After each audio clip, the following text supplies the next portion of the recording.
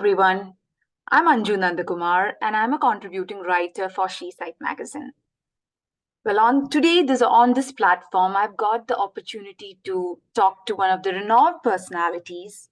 She's got almost 30 years of experience in academia, startup, government organizations, and corporate. She's worked in a global environment as such because she's worked in Southeast Asia, and also she's closely worked with various NGOs which deals with menstrual hygiene, women empowerment, especially uh, women who are marginalized in society, and apart from that, she's been a leader in bringing about diversity, inclusion, and equity at workplace.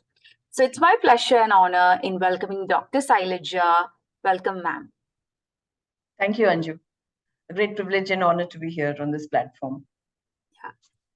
So, ma'am, you have done your doctorate in English literature, and then you went on to do masters in business administration, and you continue to be a learner. So, what does education mean to you, and how has it helped you evolve as a person? Great question, because education is very, very crucial and important to all of us, right, Anju? I'm sure everyone would agree to that. So it actually is a skill which cannot be stolen, right? So there is a Sanskrit saying also, right, which says that anything in this world can be stolen from us except the education, right? And it actually gives a lot of perspectives, new perspectives to everyone, right, in terms of education, be it masters, be it PhD, doesn't matter. But the moment you get into higher education, it gives us a lot of new perspectives. You understand from the other person's point of view, and it actually helps us in our evolution, right? Yes. So very important. Yeah. And as a person, when you are dealing with so many real life situations in life, I think education and, being like research and everything helps you evolve as a Yes. person and deal with that. Like education is important for empowering women. Normalize that, women should come. It is not women should come. It is like women are part of the society and they should be part of building the society as well, not just homemakers, which is also good. But yeah, if they are willing to contribute, it is good. So this crowd on this side is increasing. How do you change this transition? And I'm sure you might also be part of this, change as well in your own way. Absolutely. Change is always for the good, right? But when it comes to education, empowerment of women, how do you engage them, to be an active participant in the society? Because women are I would say, the future, right? They bring up the future citizens of any nation, right? So because as of now, women can give birth, right? So in that sense, how, like we say, charity begins at home. Or why do we say that? Because as parents, especially mothers, have more responsibility to educate, to bring the kids up, to nurture them, to put in that value system in them, right? It's very, very important. So the values take us a long way in life. So especially for women, right? So being at home is okay, absolutely, right? Because that's a full-time job, if you ask me, right? So whether you're a homemaker, whether you are there in the society, whether you're in the corporate sector, whether you're in the social sector, women have a great role to play, because we need to empower ourselves, we need to empower kids, we need to empower other people that we actually deal with every day in life. Yes. So that's my next question. So as you said, many women who would love to be just homemakers, and many who can, who would love to explore other avenues as well, and they want to go and work. In that Absolutely. regard, but the homemakers always, if they are privileged enough, that is fine. But those homemakers won't have the advantage of earning money for themselves or standing on Yes. their own legs. Yes. They'll be dependent on another person for the resources they need to be a homemaker. Being financially independent, what advice would you give to women as such? Like how financial independence would help women? No, you're so right, Anju, because every woman needs to be financially independent. Even if you're a homemaker, even if you're a student, even if you are there in the society in a different role, right? It's always imperative that women are financially independent because that gives them a lot of self-confidence. Right? The moment you feel that you should go and ask someone for money, it's very embarrassing, right? Especially these days. So, Yeah. like you said, you could be an entrepreneur, right? Or you could be a teacher, you could be a lecturer, you could be a corporate woman, you could be an author, you could be anything, right? There are so many opportunities these days, but even a lot of celebrities talk about it, right? I just recently watched a video of Priyanka Chopra, right? When I was doing some training session. Very, very important that financial independence brings in that confidence, courage to be there for yourself. Yep. That is very important. And you will become the role models for your kids, Yes. right? So when Yes. you do something on your own. So financial independence for a woman is extremely important, especially in the modern days. So, Yes. being an entrepreneur mentor, what three qualities would you, say that a entrepreneur should have? Great. You need to be relevant, you need to be patient, you need to be perseverant. So these are the top three qualities I would say for an entrepreneur, Yeah. because it's not easy to be there to do things on your own, to figure your way out in this world, right? And to go to market and sell your products or services. It's not that easy. So you got to be perseverant. You got to be upskilled. You need to know what the problem that is that you're trying to solve, Yeah. right? There should be a problem that an entrepreneur needs to solve. So I always tell them, have that confidence and patience to wait for things to take shape, right? You got to be relevant in this society. So take an idea which everybody is, waiting for a solution. Yes, yes.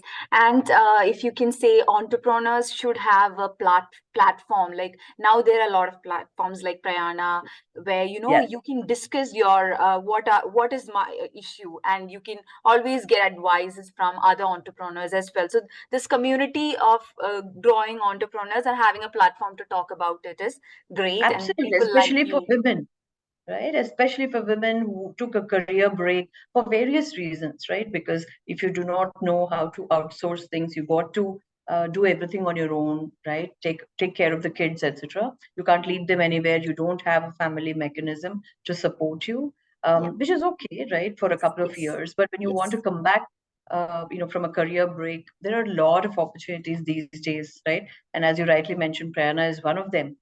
Yeah. So it's great to share ideas among peers, among colleagues, among same like-minded people, and I'm sure there are a lot of ideas that would come in.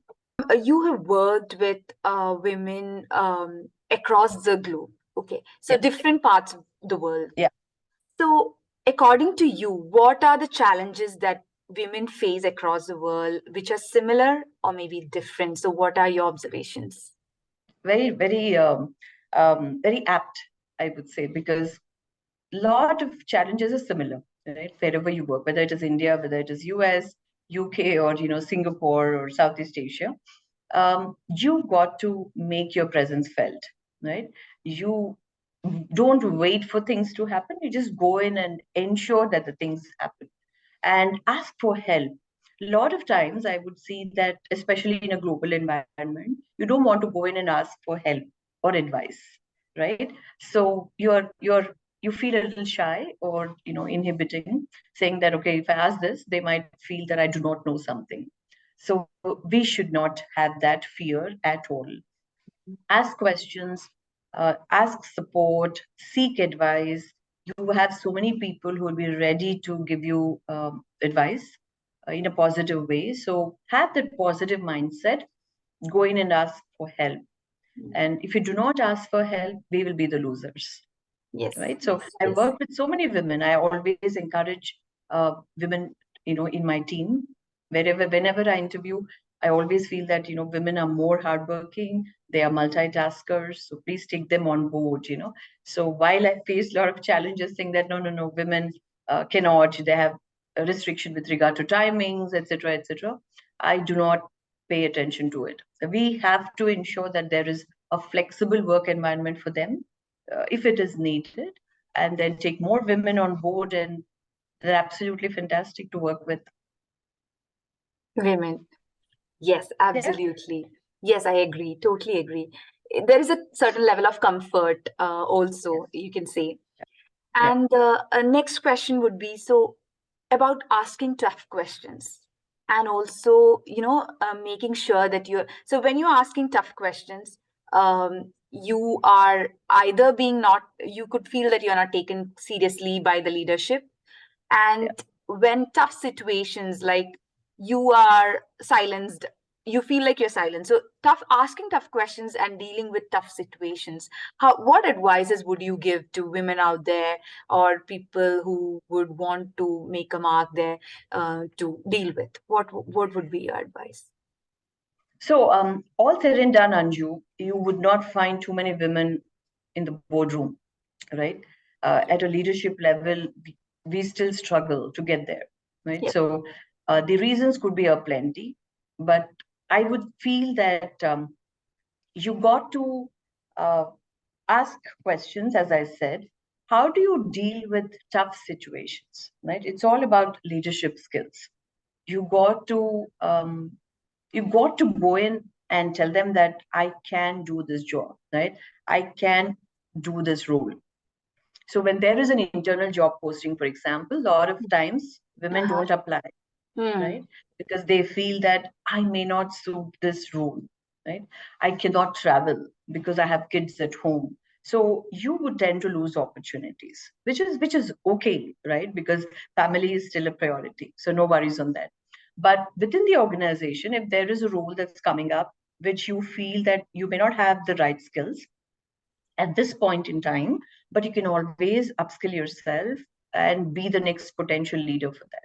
Right. So Yes. we got to be doing new things every day. We Hmm. can't be sitting and saying that, things have to be given on a ready-made plate for us.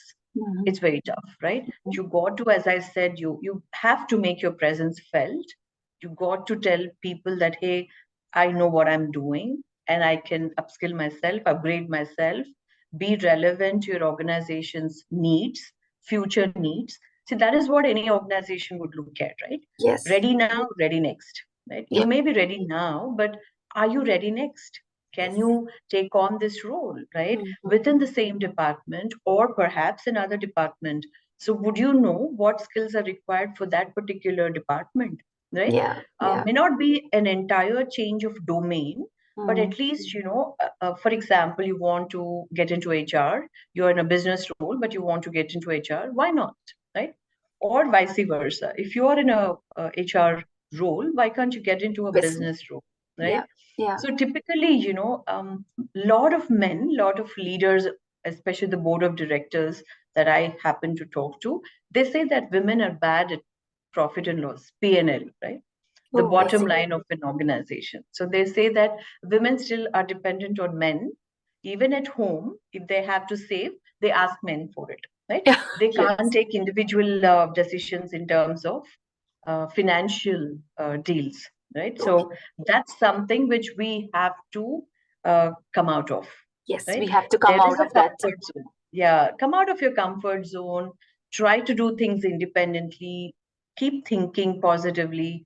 I'm sure it's easy for us to deal with tough situations in life. Yeah. So the journey to bring about equality Yes. and normalizing the term equity, that is, at workplace, to bring about Yeah. equity, which should be, it should be a normal thing to happen. So how do you deal with these two words, like equality Very, and very, yeah, yeah. Very, very confused and loosely used words, right? People talk about diversity, equity, inclusion. A lot of people still say the E in DEI is equality. It is not, right? yeah. Equality, I think we should come out of it, right? So when we feel that we are equal with the other genders, why not why not do things which everybody can do, right? So we have to be prepared for that. But equity is a different ball game. So as I said, when a man and a woman comes for an interview, and a man is selected, woman is also selected, the equity is very different. The pay is very, very different, right? Yes, So yes. men are paid more than women, and that's a fact. Yep. So how do we really struggle, or how do we prove ourselves that we are worth what this role actually demands, Mm-hmm. and we need to be paid the same amount like men Mm. counterparts, right? Yes. So that's something which organizations also have to think through.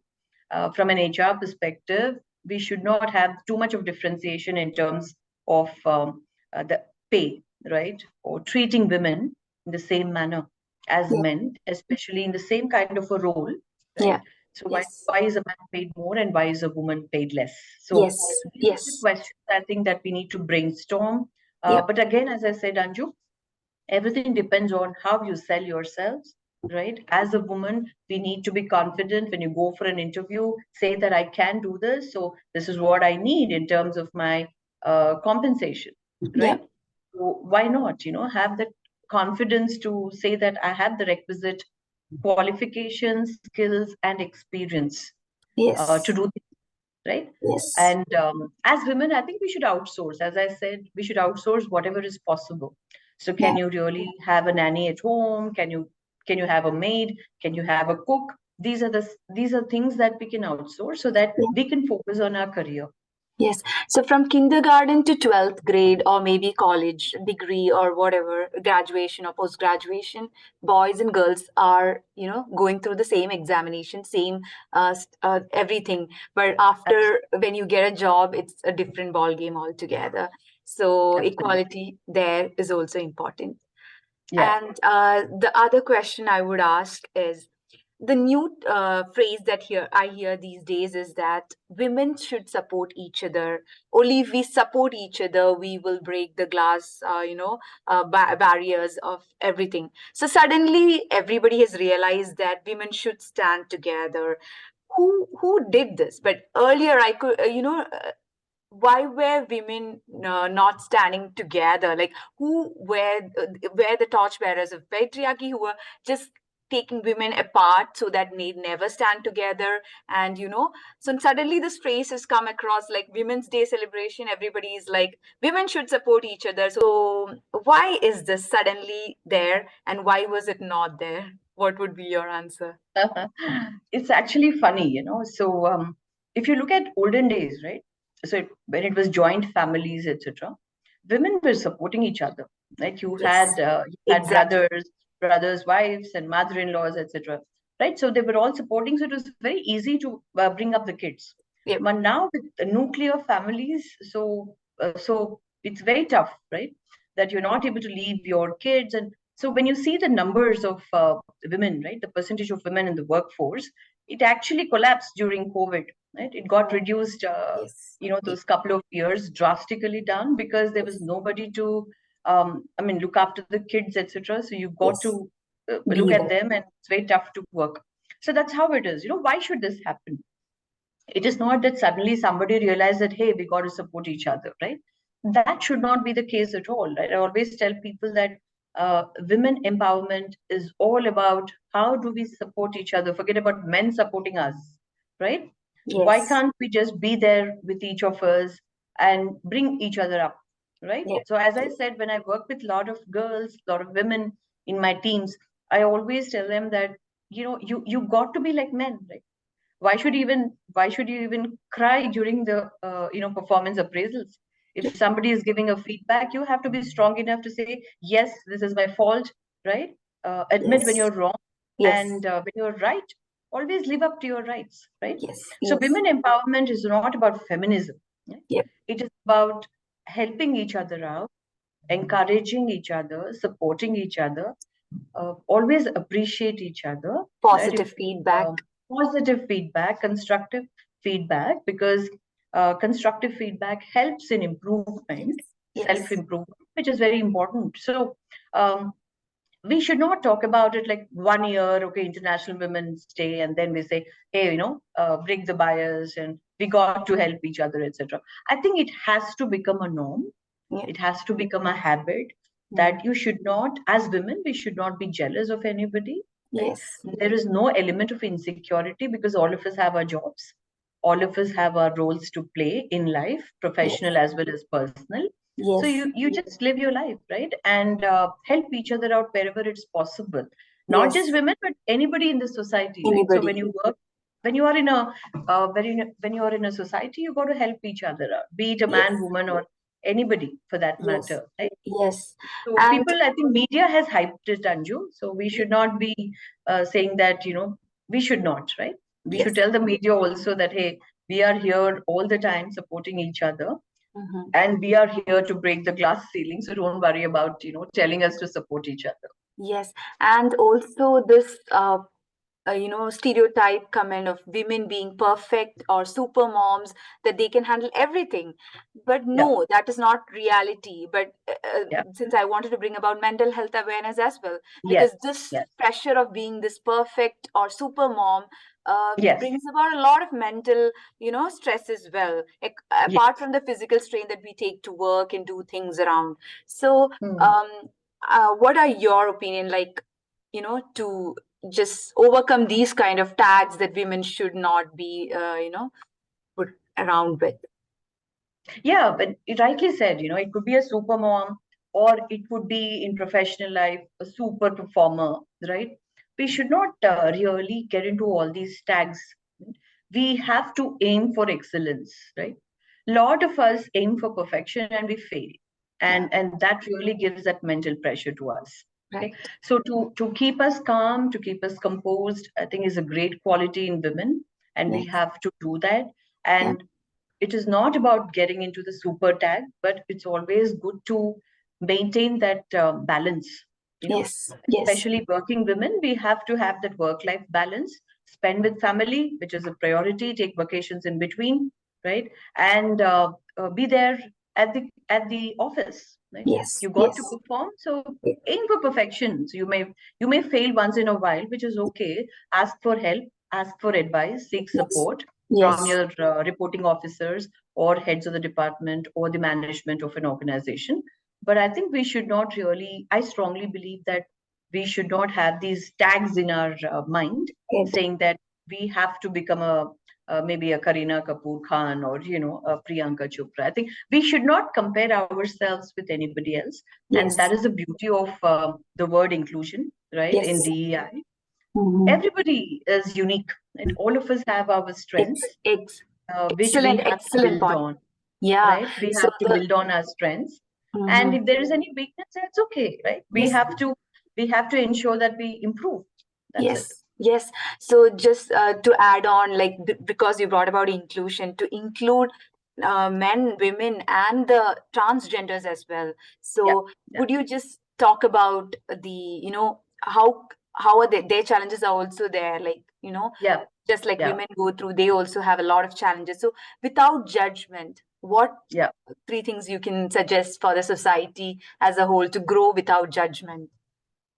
Very important, because the society is changing, right? If you still see the forms, application forms in a few organizations or the government offices, it's only male, female there, right? So, on the other hand, to be positive, there are a lot of organizations and NGOs, etc., who have others in the gender as well, right? Yes.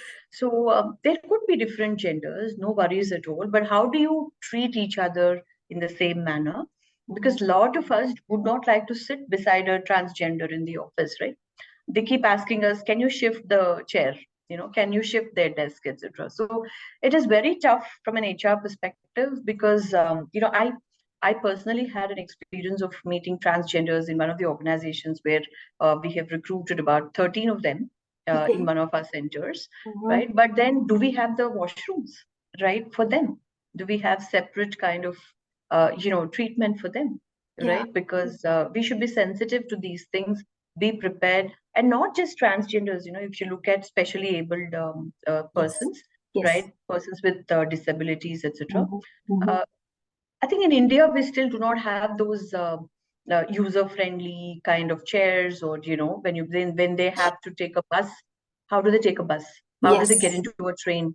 It's Yes. it's very tough even today. So I think the government also has to uh, understand these and ensure that we are physically, mentally prepared to accept them in the society, Mm. and wherever it is, personal, professional life again, and give a quality of life, the same quality of life to them as well. Because when I was living in Singapore, the buses or the washrooms, etc., we used to, everything is so well designed there, right? Yes. So Yes. Yes. uh, I'm sure in the US as well. So why not in India, right? Yeah. Yeah. So have those kind of the facilities for them. Only Yeah. then they will come in and start working, and they will have their own identity. Otherwise, they will fall behind. They will be demotivated, and they will resort to different kind of issues, right? That is a good point as well. Thank you. So, other question, like, Sure. what did pandemic teach you as a, social worker, I would say. So, what Yeah. did pandemic teach you, and how tough was this that time? It was very, very tough. COVID anyway is here to stay. I think everyone is saying that, right? So it's not gone yet. But I think we were not prepared as a nation. Any nation was not prepared for it, not just India. Mm, But there were a lot of issues during those couple of years. As mm, I said earlier, the women workforce has come down drastically. And besides that, the child marriages has increased threefold, right? Because there was no money for the parents. So they had to sell their daughters, right? okay. So the trafficking also uh, kind of increased. So when we were Yes. dealing with a lot of these NGOs, we were counseling people, we were doing a lot of, good work, I would say, through the NGOs during that time. I'm sure in Yes. all the states of India Yes. at that point in time. But Yeah. because I belong to Hyderabad, so we've done a lot of it. A lot of volunteers have come forward. The government has supported quite well. Mm, However, I think a lot of damage has been done, yeah. right? In terms Yes. of all these social activities as well as businesses. They were actually in a loss. So men did not know what to do, women did not know what to do. So there were a lot of negative things that actually happened. But if you ask me from a personal perspective, there was a lot of things to learn, right? A lot of adaptability to technology. So Yes. technology brought in a lot of, I would say, ease to doing our businesses, especially at the corporate. And Yes. we still know how to work from home, right? Yes. Sitting Yes. at home, we know that productivity is not impacted. So that's a Yes. positive side of it. But the negative side of it, as I said, a lot of losses for a lot Yeah. of kind of people, right? So the government, though, is supporting, it is not enough. Mm-hmm. There should be a lot of volunteers who should come forward, counsel people, and stop all these things from happening. Yes. And it Yes. is an ongoing thing, because COVID has created that void, maybe which people will not be able to come back from for at least a few more years, Yeah. right? So Got it. Got it. Yeah, more power to you for, such kind of works. And thank yeah, and I hope a lot of people join that as well. you. Yes. And ma'am, lastly, my question would be like, what would be the future goals that you have for something that is very personal to you? Like, as a Mhm. person, what would you have as a goal for the society and for yourself, if you can say? So, goals are always, short term and long term, right? We've been talking about it since our childhood, but I won't say long term, but my goals would be from a personal perspective, learn as much as possible, learn new things every day, because we do not know what life would bring us. Yes. So stay relevant, be upskilled, from a personal perspective as well. Help a lot of people in Yeah. whatever way, may not be monetary alone, but there are a lot of non-monetary things. Like I said, go and teach kids, whenever we are free, right? And help them out in whatever way possible, right? Give them clothes, give them things that they need, really be there, give that time to them, so time itself is a big resource, I would say, right? And people would be very happy, Yeah. even for the family, right? So if you Yes. give time, Yes. they'll be extremely happy. Yes. That's from a personal perspective. Professionally, that's ongoing, right? So we do not know what kind of a role would come into our hands. Yeah. So whatever comes in, do it with passion, do it with 100% of the hard work that you can put in. Yeah, thank you so much. That is such a good advice for, inspiring for everyone out there and for me personally as well. So, Thank you. Dr. Sailaja, thank you so much for your time and for this wonderful Welcome. interview. It's my pleasure to have you here and talk with you as well. Thank you, Anju. It was wonderful speaking with you, especially the she site. So I keep writing a lot, but I would definitely look forward to your writings as well. Same here. Thank you I so look much. forward to reading your articles as well. Thank you so Same much. here. Thank Take you. care. Bye.